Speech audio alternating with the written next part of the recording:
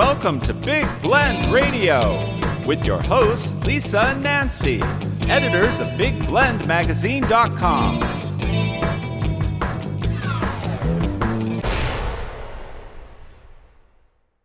Hey, everybody. Welcome to Big Blend Radio's Quality of Life show with Nancy and Lisa, publishers of Big Blend magazines.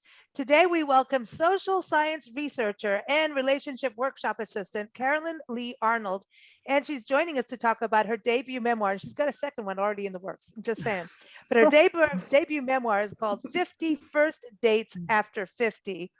All right, we love this because she really did like a whole experiment, and then she found love too through it. So it's really cool. It is out now through She Writes Press, and I encourage you to go to her website. It's Carolyn-Lee-Arnold, and that's Carolyn, Carolyn, and Lee, Lee, because you can do it different ways. And I'm just always, promoting how I can spell or not, and half the time can't pronounce anything. But anyway, welcome. How are you, Carolyn? I'm great. It's great Good. To see you. Thank you for your Bay Area backgrounds to make me feel at home. Well, we love the Bay Area, and that's where you're based out of, and your memoir is set out there. And I'm reading, and I'm like, she's jogging here, jogging there. I want to see. So I want to know. I know that you had the movie. I was at the 51st Dates, and that with Drew Barrymore and Adam Sandler. Yeah. And so that was in Hawaii, and I was thinking about this when you came up with this idea to go dating. Would you do this as a movie set in the Bay Area? Because mine, cool. I would love it. It's got a lot of great settings. I mean, I did a lot of walks along the bay. I went to Point Reyes, a couple of beach scenes at Point Reyes. See, we love that area. A lot of strolls in the Green Hills with some of my dates, or strolls along the bay. This would be a very visual Bay Area movie. Bay Area would be a big character in it.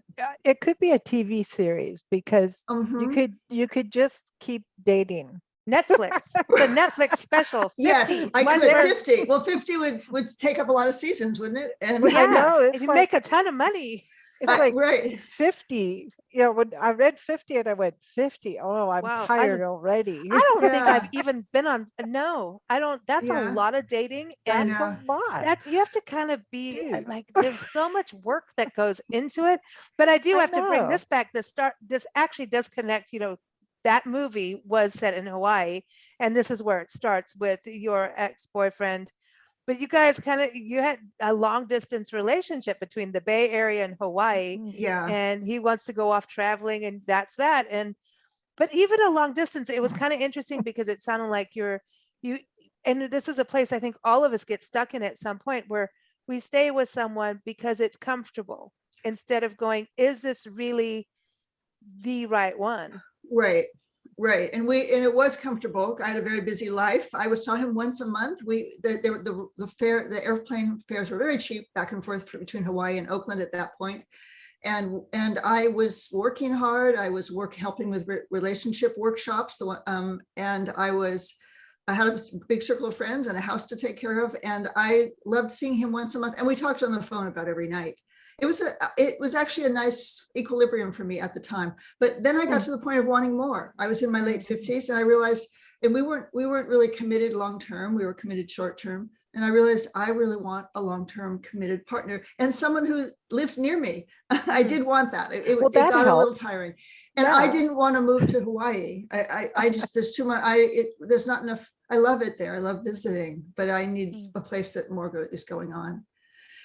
I want to see, to me, my ideal relationship is live next door or down the street.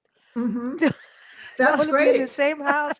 I don't know, but there is a balance. Upstairs, downstairs. But this is what I like about your book, is that you learning about yourself to be able to understand what you want. Exactly. It was a big trial and error process. I was a researcher. I saw it as a research project.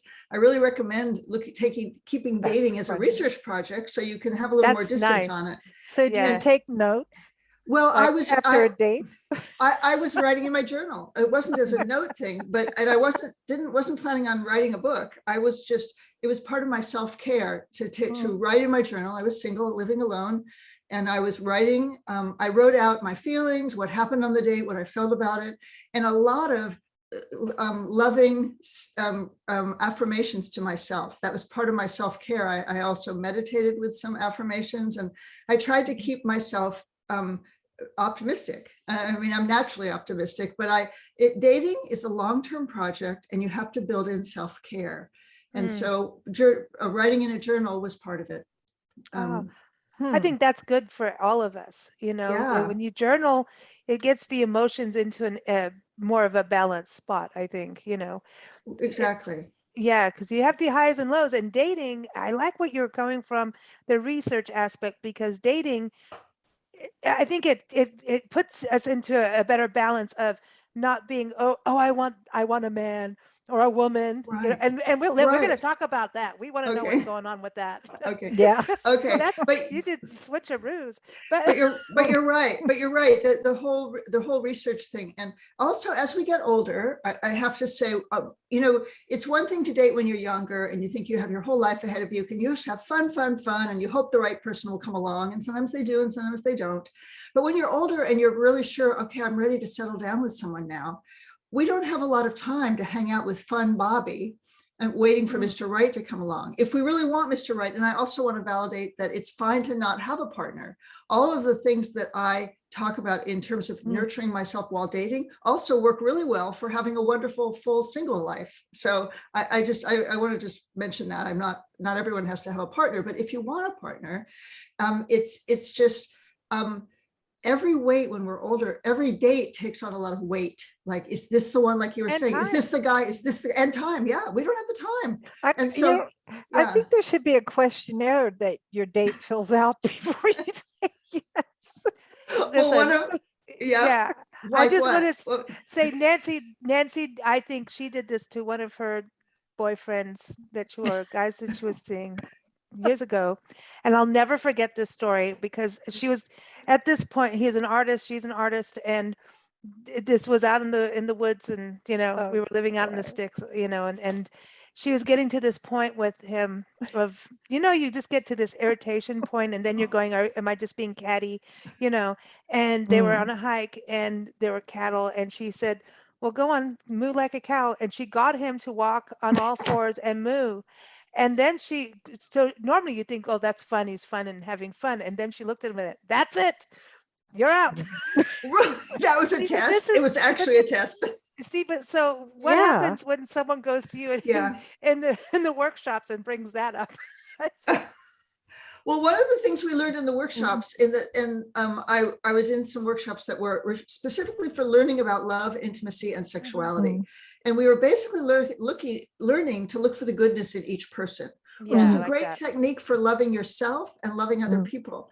And so if someone did something odd, you'd say, wow, that's really interesting about you, or something like that. Or you wouldn't say anything. We would just listen and just be non-judgmental. And not do the moo. Don't do that. I roll my eyes a lot. Yeah, that's not, there's a lot of, that would be not helpful, I think. But I like that about looking for the good in people, because we start doing the checks and balances on someone. So you're a researcher and you're writing in your journal, but you kind of have to look, it's just simply not a match. And sometimes that's how we have to really get down to, it's not a match. That doesn't mean anything's right or wrong. It's just not a match. Everyone has something precious to offer. It help me enjoy the dates, to just say, well, what does this guy have to offer? What do I like about him? And sometimes I went overboard with that, because I could see the goodness in him, and I was not seeing maybe the red flags or the things that weren't going to work out. I was a little overly accepting. But I also took good care of myself in that. But yeah, it does help on the dates to enjoy the date. But then that's when the research aspect comes out. When you to do the research, you're gathering information. So after the date, you have to evaluate the information and say, what did I feel? What was I feeling about myself with him? What was I feeling about him? And what was the combination of us feeling like? And being a little evaluative and see, for me, if there was something interesting there and it felt like he had a quality that I might like, or that there was some sort of connection, I would have a second date. I would explore it. I wouldn't usually, I wouldn't rule out someone right away. My project's called the 51st Dates. So I went on 51st dates, but I went on lots of second, third, and fourth dates, to check them out and give them a chance. How long did it take you to do this? It was 2.5 years. Wow, you've been busy. Well, Dude. yeah, that's about that made sense. Well, I thought I could do it in 9 months. Because originally my ex-boyfriend, he was just going traveling in Europe for, I think, 7 months maybe. And I thought, I'm going to do this whole project. I'm going to go on 50 dates, and then I'll see if he's really the right one for me. And then I'll see if there's somebody better out there. That's what I was looking for. But I only got to 17 dates by the time he came back. And by then he had found somebody that he wanted to be with. And I was realizing, hey, I kind of like this dating project. I think I can find somebody this way. It might take a while. But I like it. I think it's something for everyone to kind of do is that research part. Like we were talking about the emotions, and the fact is we also tend to date potential. I think men and women do that. You'll like something, and there's a hormonal thing. There is a chemistry biology thing that happens to us, and it's just the way we are, how we were created. It's biology. We can't mess with biology until you get to the facts, which kind of puts the emotion aside, allows you to feel the emotion on paper, and then and feel it, which is fun. Come on, it is fun to be the attraction. Like, that's a hottie over there. Doesn't mean that that's like long-term material. But that's how mommy nature messes with you. Yes, she does. She's maybe looking at things from a totally different aspect than what we are. So are you talking about attractions and hormones? Like long-term relationships that end up in children. That's where mommy nature.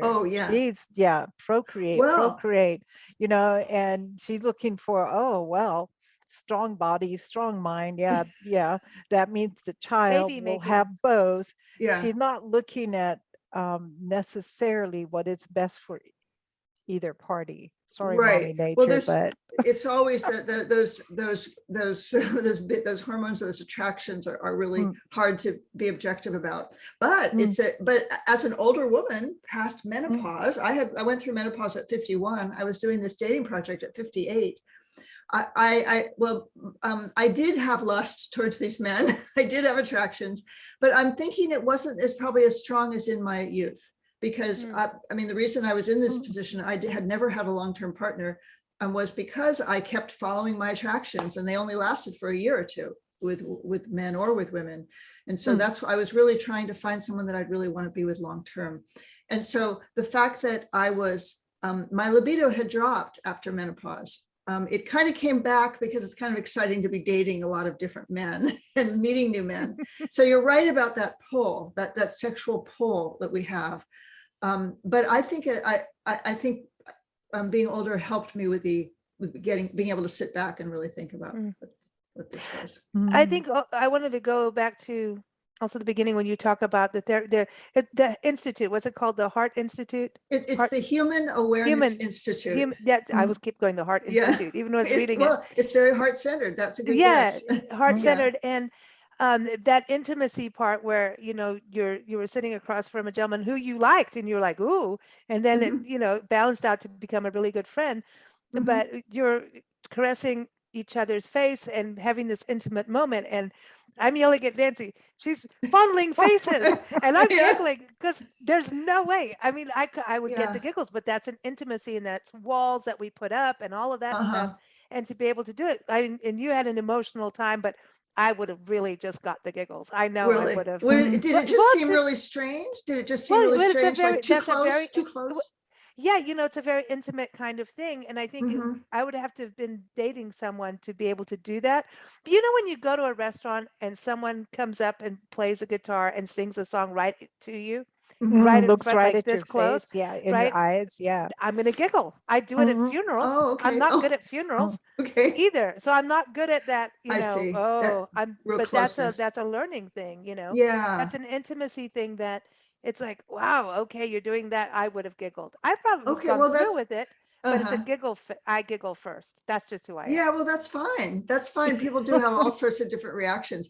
I think one of the reasons I included that workshop in the book, I wanted to give people a glimpse of what a personal growth workshop is like and what it feels like, because I think that the idea of relation workshops or personal growth or intimacy sounds a little scary from the outside.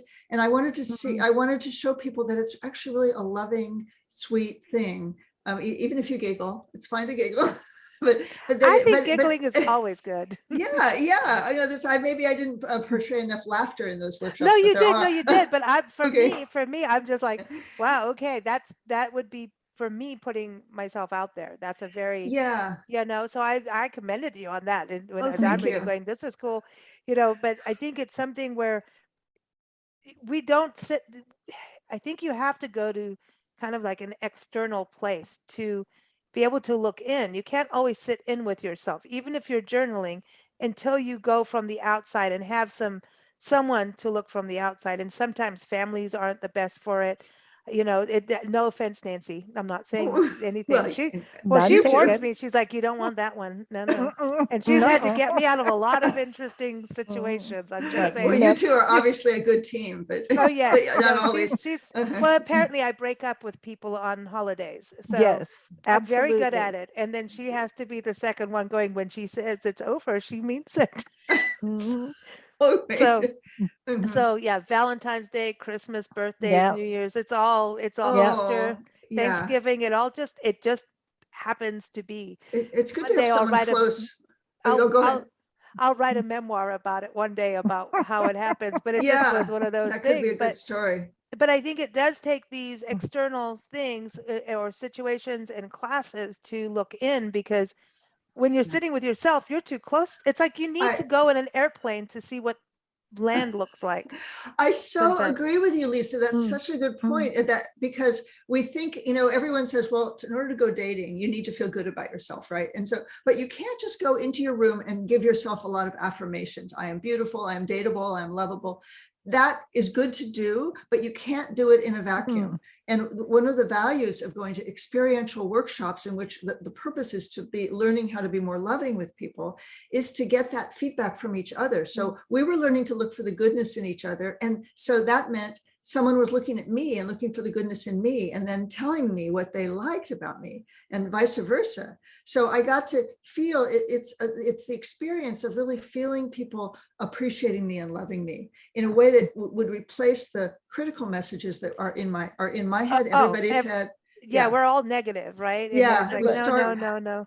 I think if somebody told me that I was supposed to fondle somebody's face in a workshop, it's not that way. She doesn't write it that way. That's just I know, but I'm just saying, I probably would have pinched the cheek and went, "Who's a good boy? Who's a good boy?"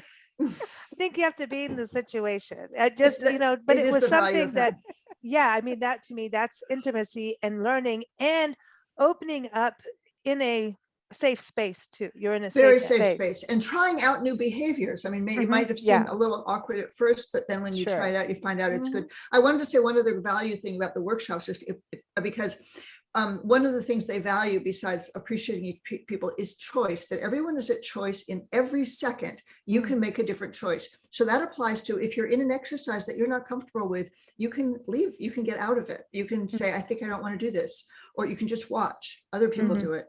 And that is and it's not just for the workshop, but it's teaching us in dating every moment. I can make a different choice. I don't have to stay in this situation if I don't like it.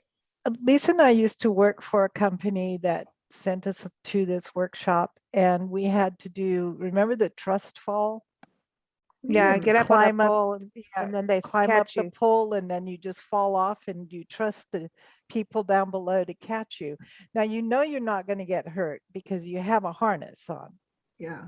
But there's still, it's a little nerve-wracking. There are a bunch of salespeople. If you threw a $20 bill, they're going to run for that. Yeah, and then right before you go to fall, somebody goes, "Quick, throw a $1 bill out," and that meaning that the team would run and get the dollar rather than catch you. No. That was just a joke, but they did catch you. They did, but they would catch you. But there was that last second before you did the fall that people had to mess with you. And that workshop was.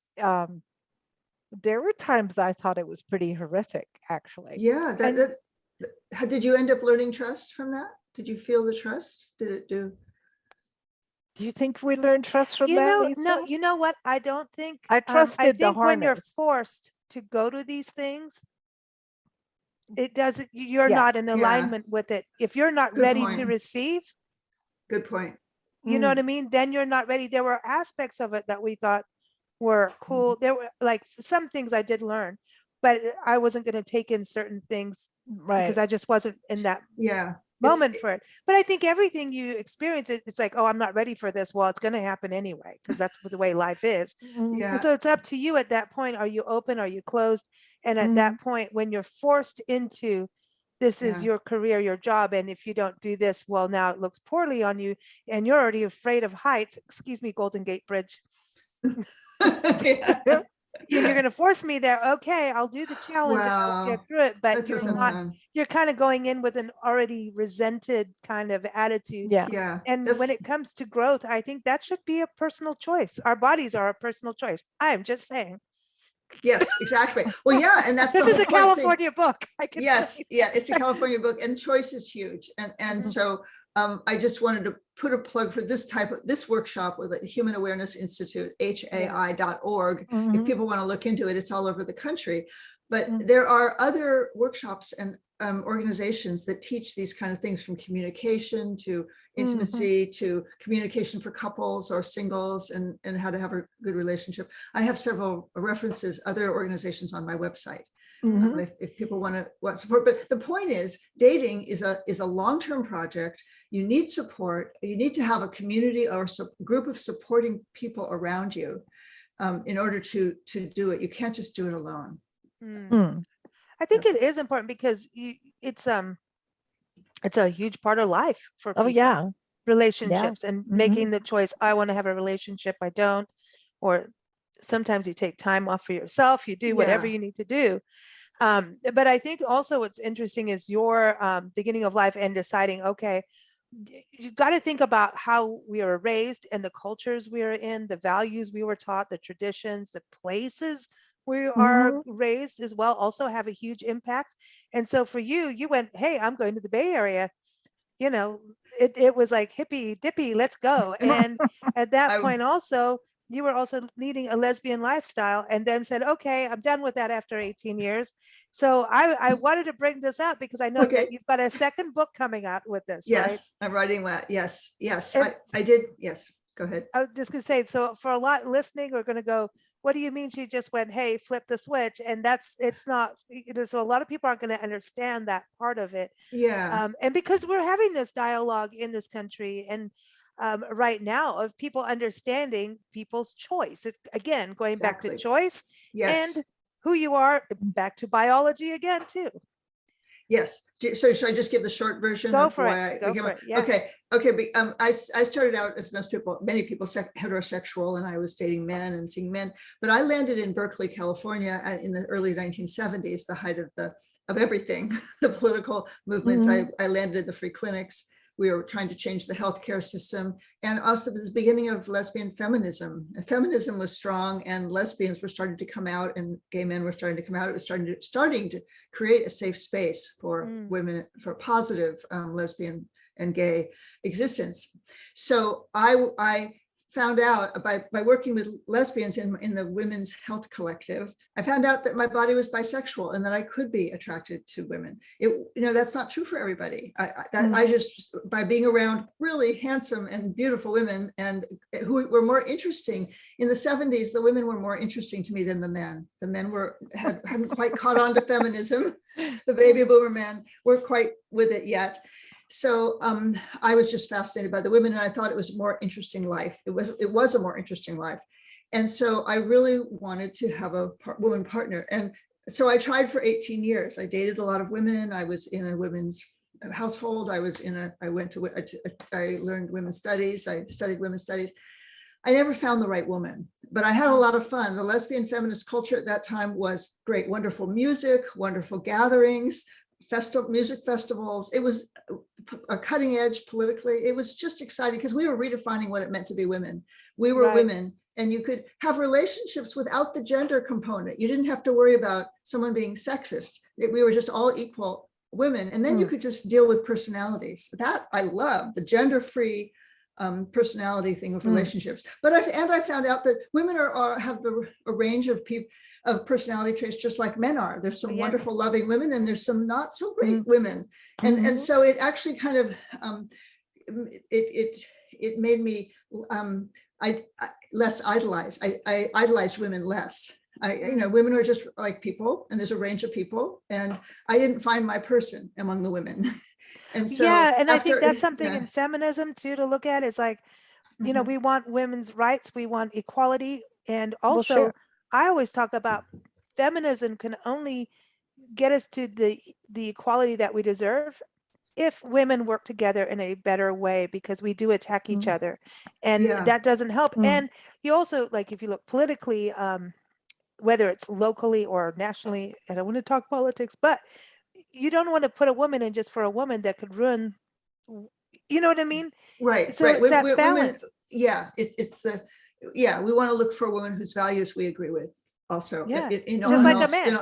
Just like a man. No matter what. So what it did, so I gave up on women, and I realized I was in a milieu. I started a new job in which there were a lot of men, and I realized I was still attracted to men. And what I realized is now I'm in my 40s, 20 years later, and the men are interesting. They've been through the feminist wars with women, and they're coming, they're wiser, and they're sadder, and they're more vulnerable, and they're more interesting. And so I kind of, it was like I took a 20-year break from men and came back, and they were wonderful, and I was very happy to be with them again. But I still didn't have very good relationship skills. So 10 years of trying to date men, and again, relationships that were 1 or 2 years, because I just went with my attractions.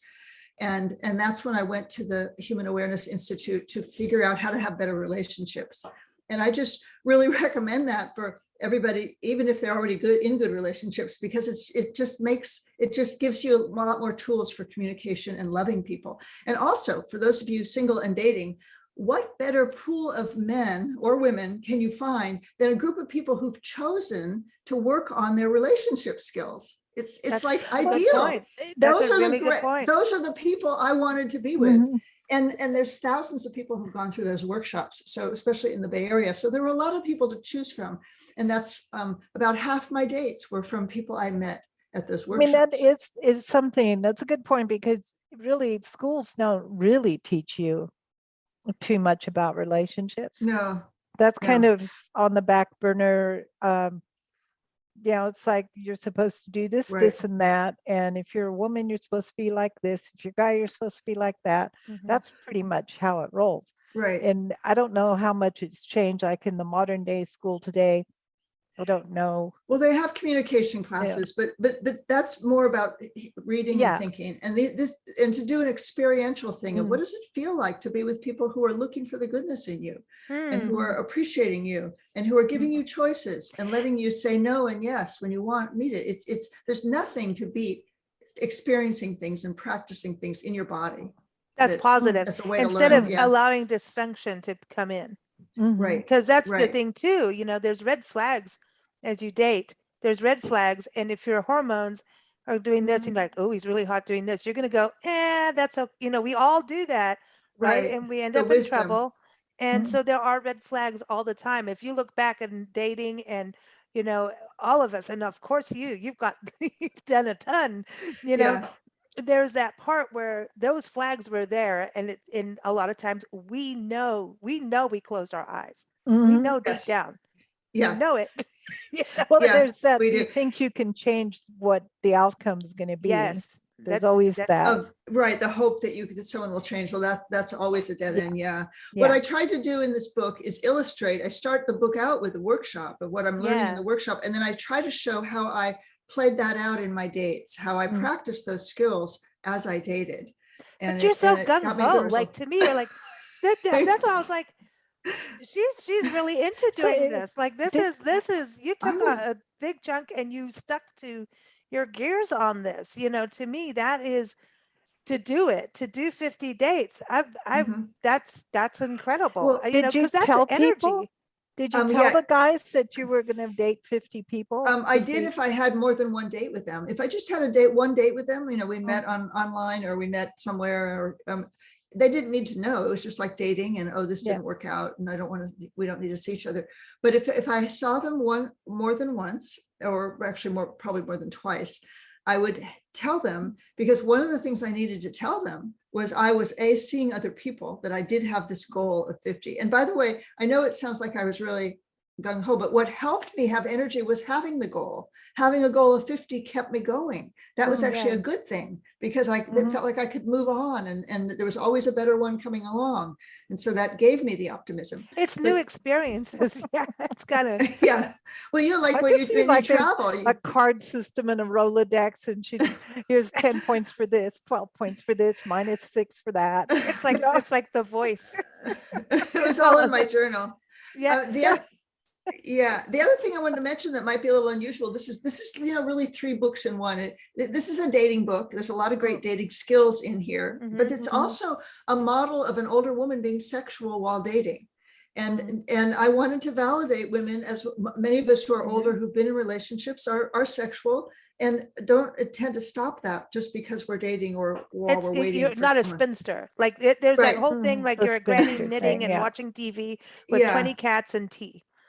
Right. And not everyone, and I want to respect women who don't want to be sexual while they're dating. That's another option.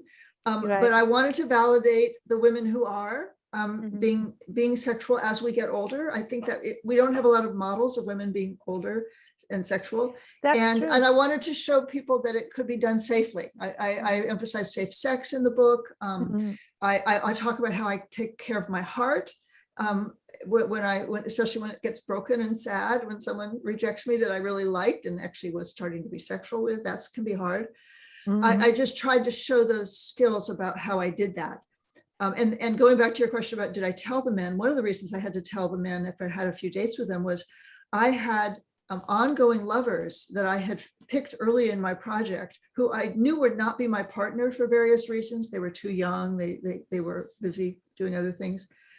But they were sustained me. To have men that I knew were my lovers along the way made me put less pressure on the dates to be sexual with them. But I had to tell the men who I was dating that they had these other guys. And some of them were fine with that, and some of them were definitely not. They were, One got mad at you. Yes, on the first page. Only of one? The book. Only one? Actually 2. Two. Only 2. No, please. But well, that's as far. So those are the men that I would have gotten a little farther with, who I would have been seeing a little bit longer. And one of them didn't understand why I didn't stop seeing these other people once we started seeing each other a few times.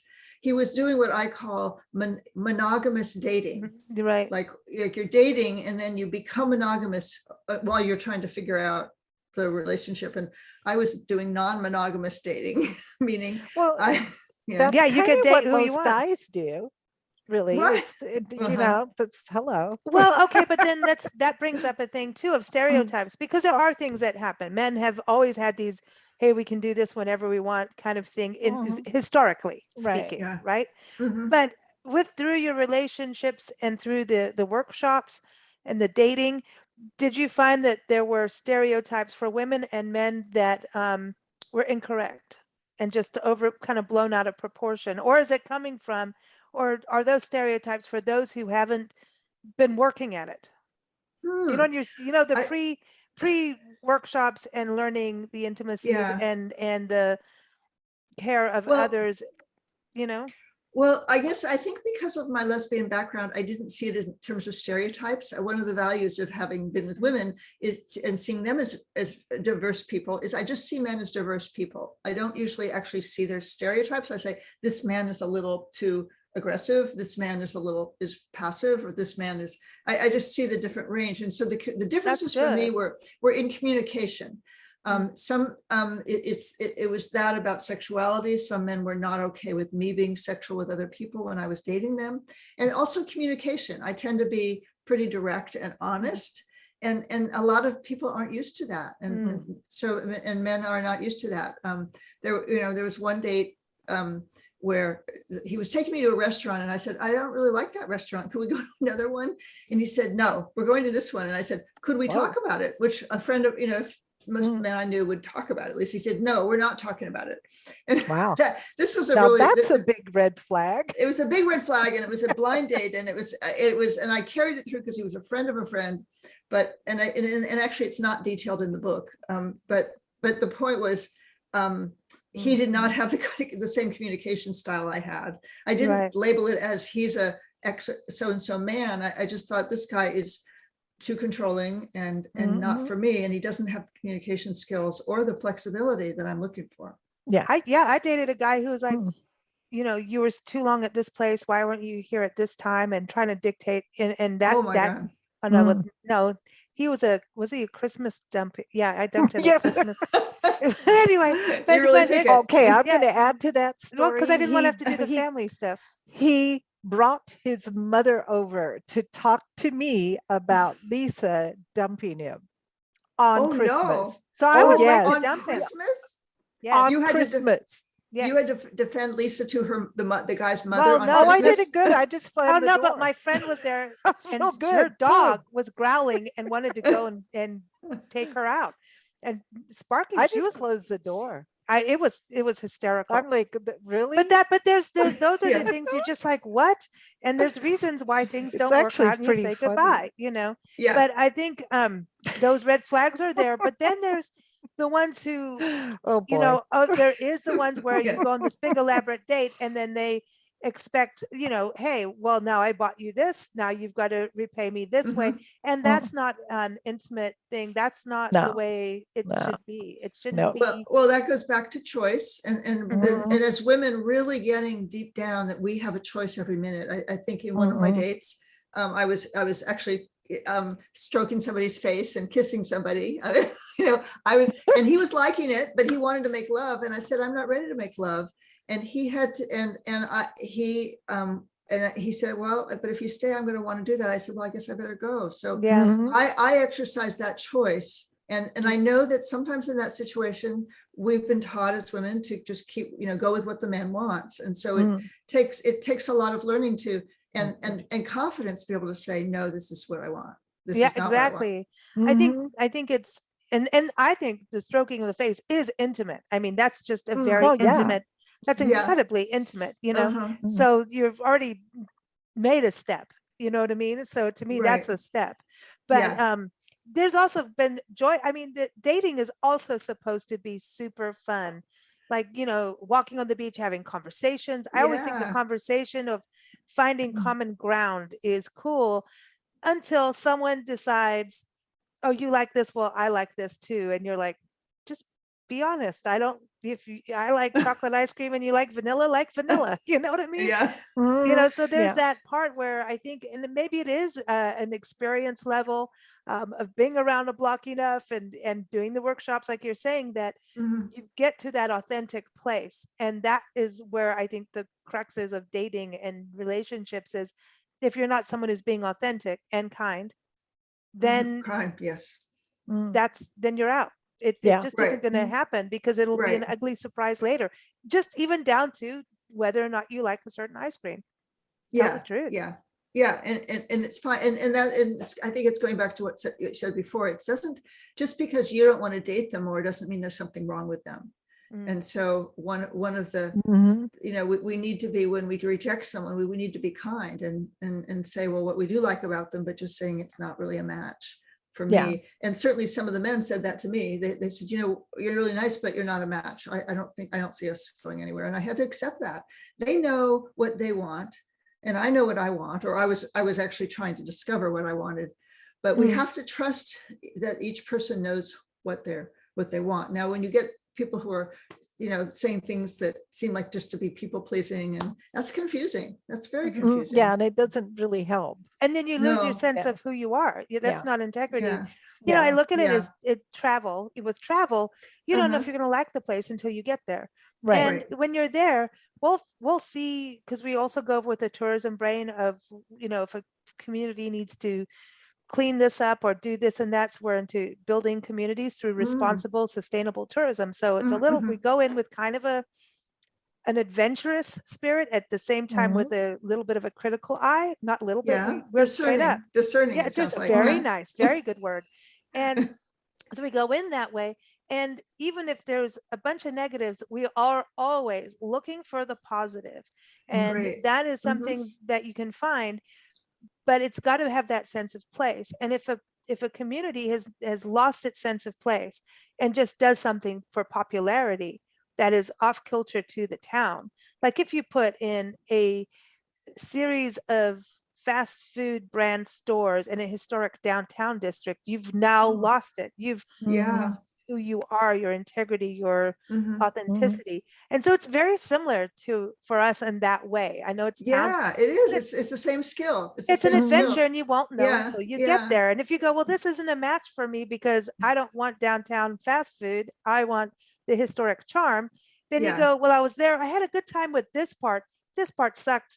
Too many suckings on that. So I'm going to the cool part, the little historic downtown I want, if that makes sense. It's just that everybody learning of, where they are. But I think your book is very timely now. We've been talking about this whole thing with COVID and people having these reflective times to discern. There's online courses, there's reading material like your book, to really start to think, and time to journal. They're changing. People are quitting jobs and starting businesses, working less and having more quality of life. So I think your book is timely for people to not only seek a partner, but remember to be kind and get into who they are. Oh, thank you for saying that. I appreciate that. Yeah.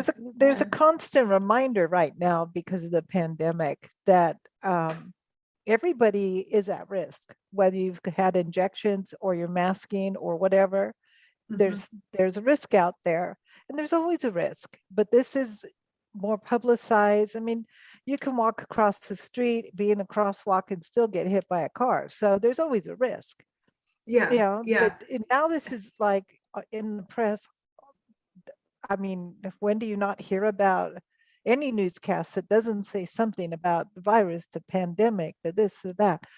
So it's in your face all the time. So all of a sudden, your length of life is in focus. Are you going to get it? Are you not? If you do get it, are you going to get past it? So and how can you make your life the best you can while you exactly have it? What are you going to do with the time that you have? Are you just going to sit and watch soap operas, Netflix, or you're going to learn something new? Are you going to learn something new, get a new skill, fix up your home, or whatever it is? What are you going to do with the time, and how meaningful is it? And some people are ready to try looking for a relationship, especially if they've been single during the pandemic. I was kind of hoping the pandemic would be over by the time my book came out, because it's it's a pre-pandemic dating book. But I think all the dating skills can be used. As people have been very creative about dating online with Zoom, and I think people have, because of the caution and the risk, it's slowed people down a little and let people kind of get to know people before they even see them in person, like get to know them on Zoom. It's like, who's under mask number 3? Well, yeah, and it's true. The Zoom thing is really good because you're having the body language and communicating, and you can still go for a walk on the beach and wear a mask. Yes, exactly. I'm back in the Bay Area, go to Point Reyes, go see the sea lions in February. They're out there, but it's you have all of there people are, and they're able to do it in that slower format, and maybe even through family gatherings that are intimate and small and things like that. So I think your book is well timed. I really do. I think because people are reflecting, and I also know we've had a generational change. In fact, I was talking with one of our experts about this today. We have a generational change going on where people have worked. You've got the boomer generation going, okay, now I'm kind of like, I don't know where the boomer, are you boomers now? I don't know anymore. I'm a boomer, yeah. But at this point, a lot of times, women and men have worked, maybe raised a family, and maybe stuck with all of that work, and really not had the time to have the right partners. Maybe they've lost a partner. That was true for me, yeah. That you get to that point of, who am I? And only then what am I doing? People are starting second and third careers. Like we know, like we've stayed during this pandemic, we pet sit as we travel. which is awesome. We get to hang out with animals all day. It's so cool. And, we meet all these cool people. And we also stayed in a lot of bed and breakfasts because it was a safer way of travel. And majority, I would say 90% out of over 30 bed and breakfasts in just under 2 years were people with their second and third career and something that they wanted to do together, as a couple. And so you're looking at this changeover, generational, but also, you know what? We want to take time for us as a couple. The kids have flown the coop. We've done our crazy hardcore career. Let's do something fun together. So a lot of people are in that mode now where they do have a lifespan. Just don't get COVID or anything else. You do have this lifespan of we are living longer as human beings. Oh yeah. You can have fun. Like I know I'm not going to be dating until I'm like, 60. Honestly, because I'm doing something else that is my time. That's my choice. People do what they need to do in their own time, and some people are really focused on career, and some people are really ready for relationship, and some people. And I also just want to put a plug. You said something generational. I don't think people younger than us. I don't think anyone is really taught, as we said, about good communication and how to be honest and how to be vulnerable and how to be intimate. And so I do think that my book is good for people under 52, even though it's called After 50. I think that people, I've gotten the feedback that people under 50 get a lot out of it in terms of dating skills and a perspective on dating and a perspective on dating to learn about yourself. It's a self-discovery process. Yeah, I think, you know what, I always think it could be just depending, everyone's got a different situation. You know what I mean? It's everyone's in a different situation. That's something to always remember about new relationships, whether it's platonic or a romantic relationship. Everyone is, and I think it's something we all forget. Everyone is growing at a different stage and in a different way. Yes. We're all trees, and I'm going to branch out in this and this. You're going to branch out there. I like the tree analogy. Yeah. Well, I always do the Khalil Gibran thing where you're like, each person is their own branch of the tree, and then they get to have one trunk together or one branch that is united. Yeah. So you can be separate and then still have unity, but allow people to be separate. That's something I've always seen growing up. Is I'm older now, but growing up was that couples would not allow each other to have their own lives. Yeah. So I wonder when you get over 50. If we've now got past that thing of, I want to be with him every single moment. And I'm going, hell no. Yeah. Well, I don't know if you noticed, but my partner and I do not live together. We live separately. We live about 30 minutes apart. And awesome.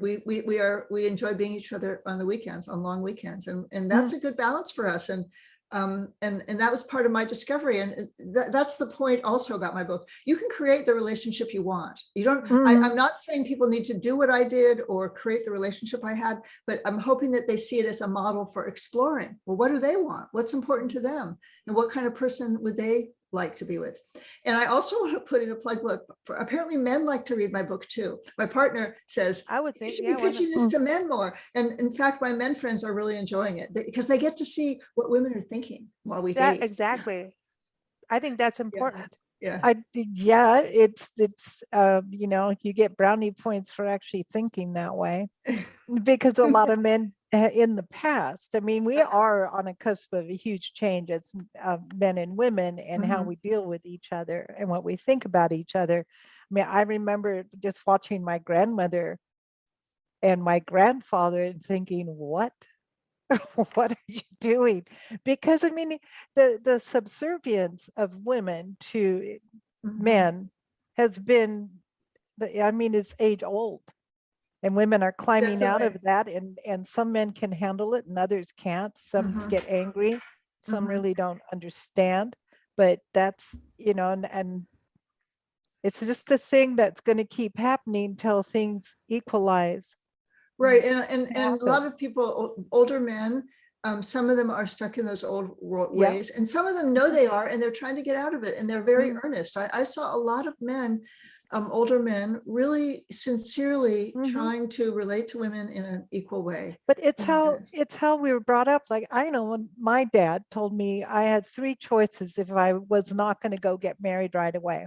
My three choices were be a school teacher, be a nurse, or work for the Red Cross. Oh my God, I only got the first two. I didn't get that Red Cross one.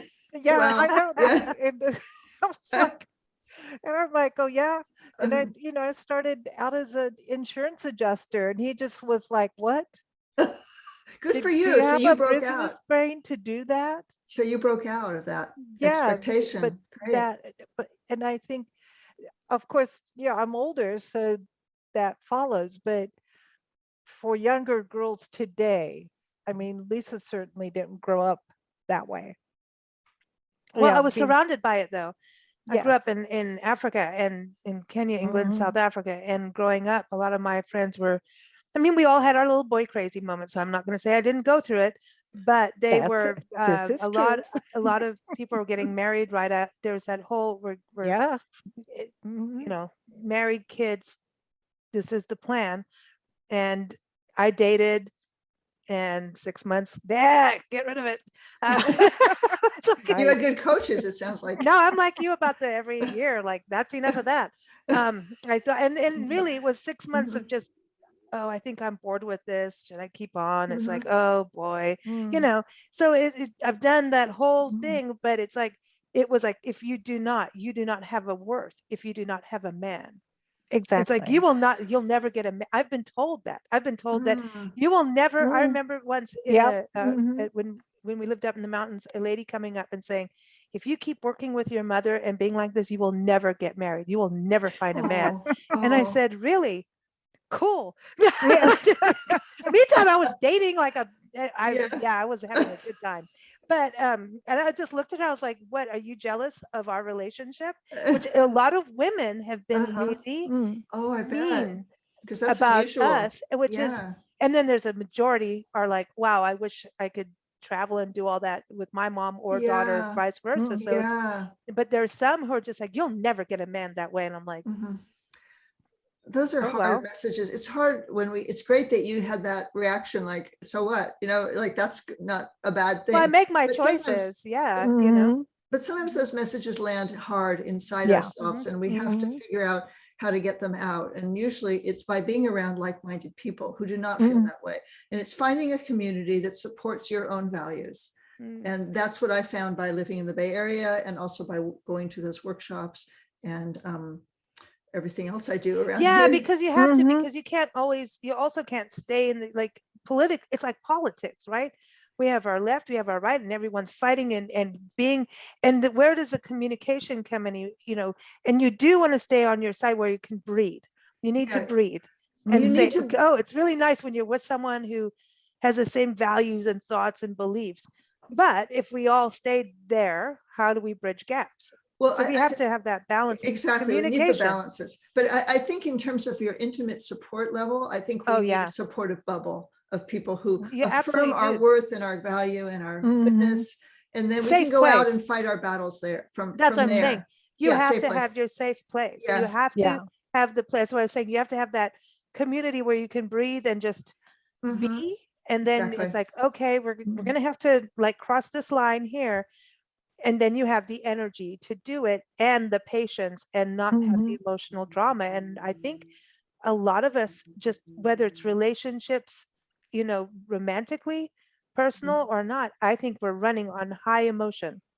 Oh, especially now. And that's where I think, the dating part is something people can grasp and want to do. And I think that's why I'm saying the book goes further afield. And so it's been so cool to have you on the show. You are so fun to talk to. I really appreciate you understanding, and you certainly have a great model of a life, you two.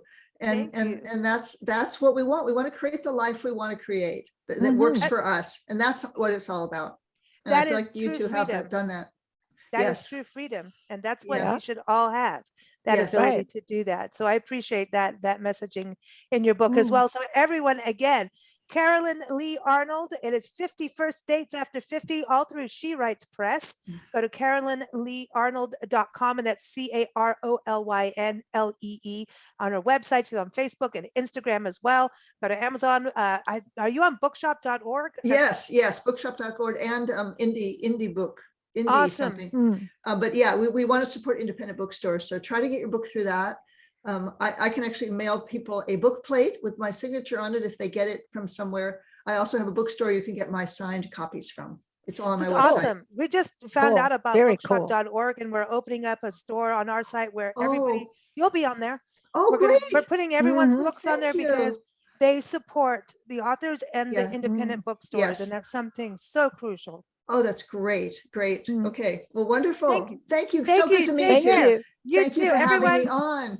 Everyone keep up with us at bigblendradio.com.